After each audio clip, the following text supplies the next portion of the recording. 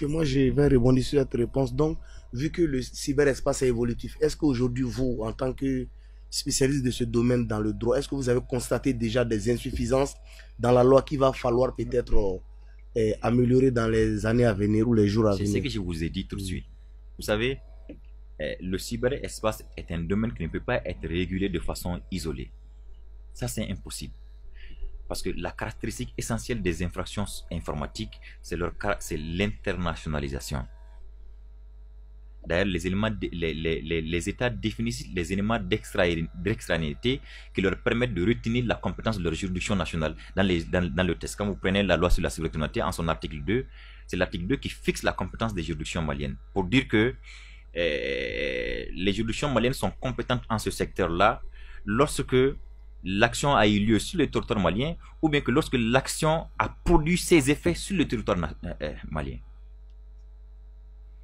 Mais c'est insuffisant. Parce que comme je vous l'ai dit tout de suite, même en matière d'enquête pénale engagée contre, par exemple, un infracteur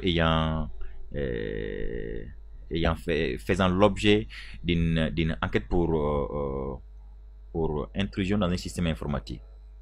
Si je trouve que certains éléments de preuve se situent dans un système qui se situe au Burkina ou bien en Côte d'Ivoire, par exemple, même si vous engagez des enquêtes, une fois que vous allez vous rendre compte au cours des investigations qu'il y a des éléments qui sont situés dans un système informatique qui se trouve de l'autre côté du territoire, vous êtes obligé de vous arrêter.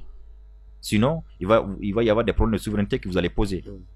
En ce moment, vous vous arrêtez pour faire recours aux commissions rogatoires, c'est-à-dire aux commissions rogatoires internationales, ou bien, sauf si c'est un système interconnecté.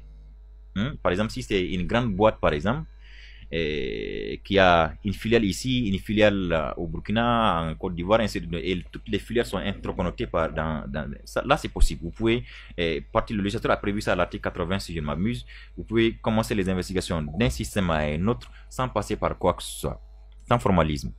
Mais quand ce n'est pas le cas, donc il y a les questions de localisation de l'infraction, c'est-à-dire du lieu de commission de l'infraction, les questions de détermination du responsable pénal. Souvent, c'est une multitude d'intervenants. C'est ça aussi le problème entre le fournisseur d'accès à Internet, le fournisseur d'hébergement, le consommateur final, etc., etc., qui il faut poursuivre et tout. Et même quand vous arrivez...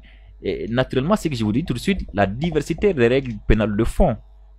Les questions de double incrimination ou bien les questions Parce que dans les conventions, là, il y a une règle essentielle qui fait que un État requis n'est pas tenu d'extrader, par exemple, son national. Par exemple, si moi, je suis aux États-Unis, je suis poursuivi ici au Mali pour injure, les États-Unis ne sont pas, même si les autorités maliennes demandent que je sois extradé au Mali, les États-Unis ne sont pas tenus, par exemple, de m'extrader. Parce que je suis un Américain. D'accord? Encore qu'il faut que les faits qu'on me reproche soient punis tant par la législation malienne que par la législation américaine. Donc il y a un certain nombre de difficultés effectivement auxquelles il faille trouver solution, mais ça serait certainement dans un corpus juridique international. Vous voyez? C'est ça, parce que celui qui vous insulte ici, il peut être à l'autre bout du monde. Et tout comme les éléments de preuve nécessaires à sa condamnation peuvent être ici, et il est engagé des poursuites contre lui de l'autre côté du monde. C'est ça.